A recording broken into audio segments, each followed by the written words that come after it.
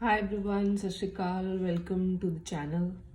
Emigrate, migrate and immigrate.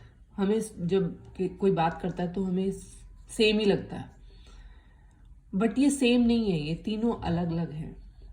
तीनों का meaning अलग है, डिफरेंस है तीनों में। तो स्टार्ट करते हैं।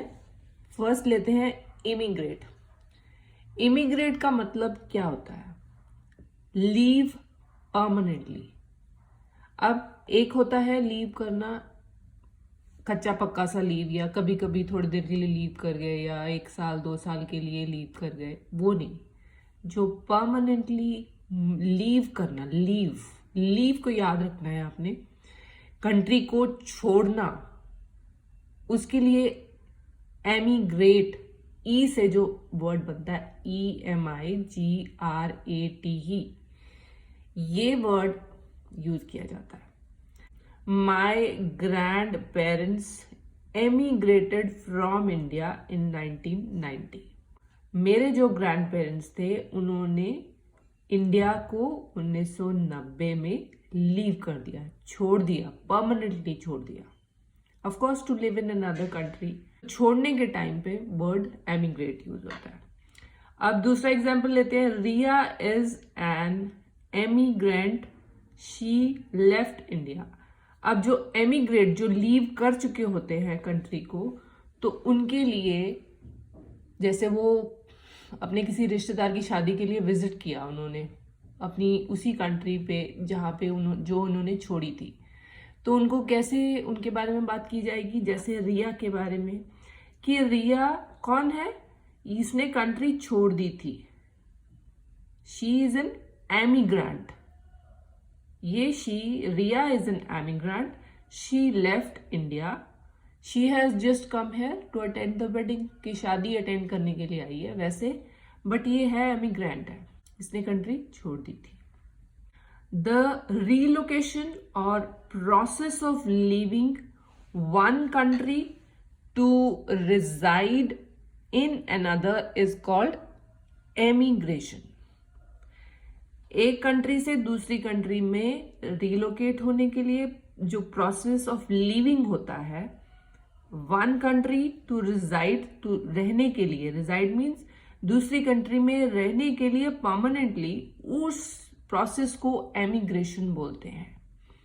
लिविंग का जो सारा पार्ट है उसके लिए एमिग्रेट, एमिग्रांट, एमिग्रेशन। उसके बाद दूसरा वर्ड जो कॉमनली यूज होता है वो होता है इमिग्रेट।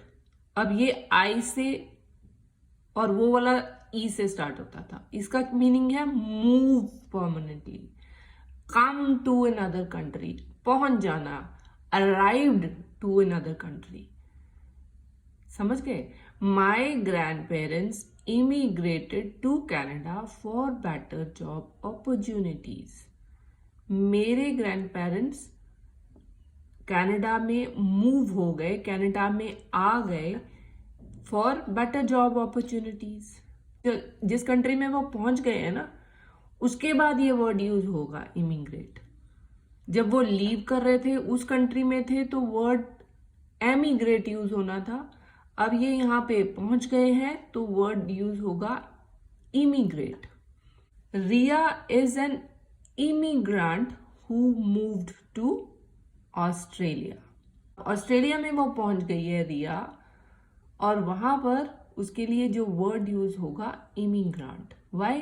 क्योंकि अब वो मूव हो गई है, she has arrived in Australia now. Riya is an immigrant. To move और come in to a country which one is not a native of is called immigrated. कि जो इंसान उस कंट्री का नेटिव नहीं है, वहां पे रहता नहीं था, वहां पैदा नहीं हुआ, पर वो किसी और कंट्री से यहाँ पर आके रहने लग गया फॉर बेटर जॉब अपॉर्चुनिटीज और फैमिली और वेदर, और फॉर देयर ओन रीजंस होंगे उनके अपने।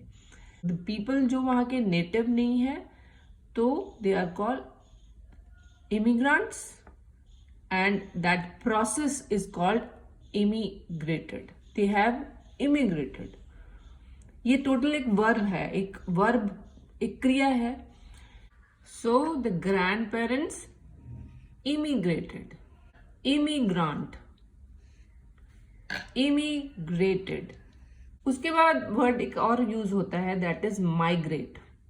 माइग्रेट का मतलब होता है रिपीटेडली मूव करना, लाइक बारी बारी जाते रहना, 6 महीने, 1 साल रह लिया, 2 साल रह लिया. जैसे लोग जॉब्स के लिए एक कंट्री से दूसरी कंट्री, एक शहर से दूसरे शहर चले जाते हैं. विद इन द माइग्रेट जो वर्ड है वो with in the state, with in the country भी यूज होता है. जरूरी नहीं है कि वो डिफरेंट कॉन्टिनेंट में जा रहे हैं, डिफरेंट कंट्री में जा रहे हैं तो ही माइग्रेट वर्ड यूज होता है.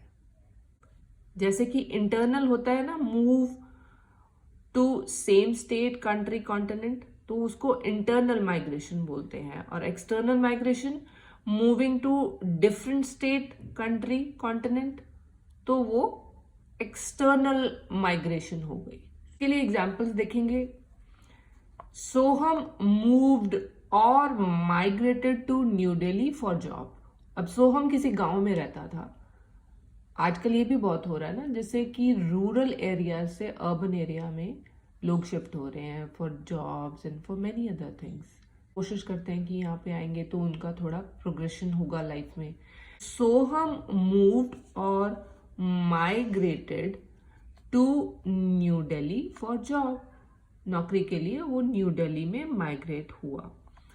Sonam migrated to Australia for few years due to her job. अब सोनम कहीं इंडिया में जॉब करती थी या किसी और कंट्री में जॉब करती होगी, तो एक सोनम है वो एक कंट्री से, अपनी जो नेटिव कंट्री से किसी दूसरी कंट्री में जॉब करने के लिए फॉर फ्यू ईयर्स वो गई, तो वहां पे वर्ड होगा यूज माइग्रेटेड. क्योंकि यहाँ पे भी अगेन ये परमानेंट नहीं है ना.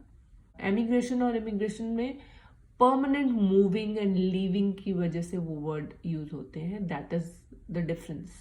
यहाँ पे परमानेंट नहीं है इसलिए.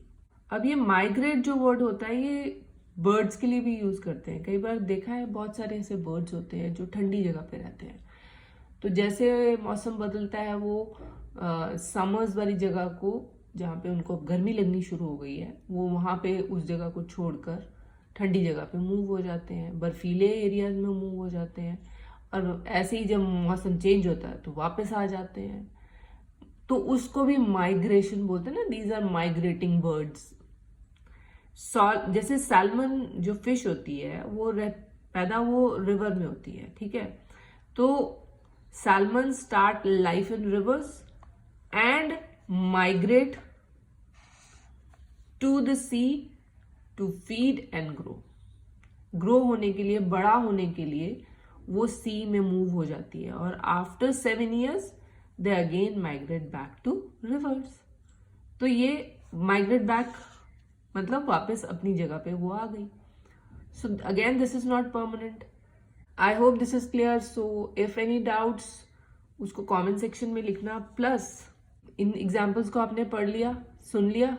अब इन सारे एग्जाम्पल्स को अपने दिमाग में बिठाना है और अपने दिमाग के हिसाब से कुछ एग्जाम्पल्स बनाने हैं और वो आप कमेंट सेक्शन में फटाफट लिखिए, साथ साथ लिखते जाइए. Okay, good luck.